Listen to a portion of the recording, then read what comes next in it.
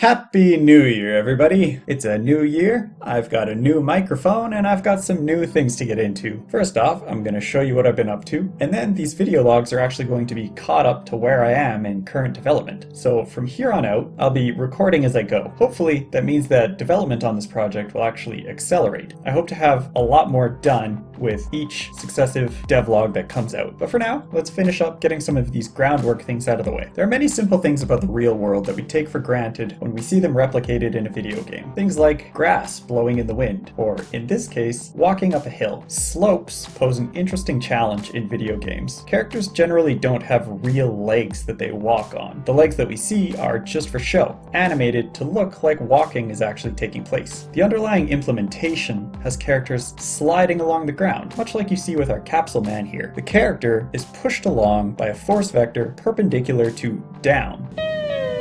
But which way is down?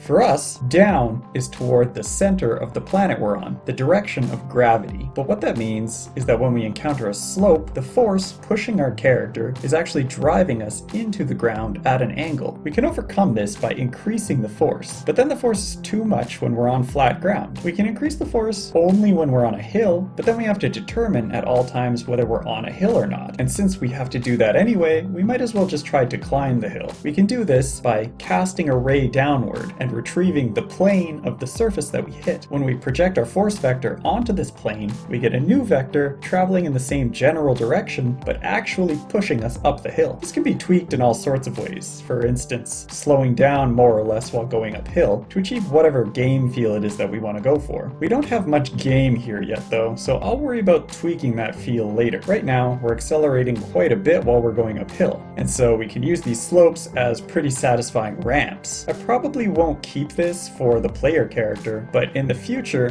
this type of movement and feel would be good for some kind of car. And speaking of cars, I actually do have several vehicles planned, although they won't all make it into the final game, though we should at least see something for land, air, and space. In my opinion, the holy grail of vehicle progression is something like Subnautica's Sea Glide to Seamoth. Welcome aboard, Captain.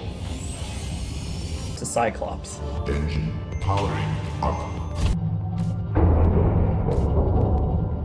But back to the game. One other issue we've been dealing with this whole time is the tank controls. Well, not even tank controls. The character can't turn, and only moves in cardinal directions. What we want is for movement to be relative to the camera. If I push forward, the character should move in a straight line away from me. And by me, I mean myself, the player, the camera position. That requires a lot of shifting perspectives. Inside of our player controller, we'll add a reference to the camera and call it perspective. Now, for every input, rather than creating a force vector at the player, we create a force vector from the perspective of the camera. The camera can be angled though, and is often above the player looking down. And we don't want to be pushing down on the player, so we can take the force vector from the camera and project it onto the plane of the player. That is, the XZ plane from the player's perspective, if we assume the player is at the origin of its own world. That gives us the force direction at the player level like we had before. Then we take this vector and again project it onto the plane of the ground to account for hills.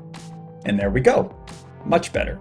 Now there's one more thing I want to change today. Take a look at the player orbiting the planet here. It's sped up quite a bit so we can actually see what's going on. Anyone who's played Kerbal Space Program will tell you that if we get into a stable orbit around a planet, it should look the same on every orbit. The highest point and lowest point shouldn't move around like this, and there should only be one high point and one low point. What we're seeing is not a physically accurate orbit. When we first set up the planet's gravity, the force was set to be inversely proportional to the distance between the player and the planet, but this isn't physically realistic. It means that gravity falls off more slowly as we move away from the planet than it otherwise would in the real world. This is the same thing that the developers of Outer Wilds did to achieve the feel that they wanted for their game. Unfortunately, I expect my game to have realistic orbital mechanics. I did a lot of things here and tried tweaking this in various ways using different formulas for gravity, but as it turns out, the inverse square law for gravity is the only one which actually results in elliptical orbits. orbits as they exist in the real world. How's that for specific? Unfortunately, this means that gravity does fall off pretty quickly with small planets, so I might be forced to make my planets much larger to account for this. I could have the game treat the planet as more massive once you clear the atmosphere, and I might experiment with how that feels. But at first glance, I don't really like that idea. It only works for planets or moons that have an atmosphere, and they aren't all going to, and it would mess with trajectory predictions. For now, I'm switching to a real-world inverse square gravity, and I'll deal with the gameplay implications of that later. So what we're going to do next time, I think we're going to add some visual improvements. I could implement technical details all day, but this is getting pretty stale to look at. I'd like to improve the lighting, or maybe it's a texture issue. Either way, the colors here are very flat. It's difficult to even see any of the variation in the terrain. It would also be really nice to have a sky shader and some trees. You know, spruce things up a bit. Let me know what you guys think in the comments. Also, drop any ideas for vehicles you'd like to see in the game.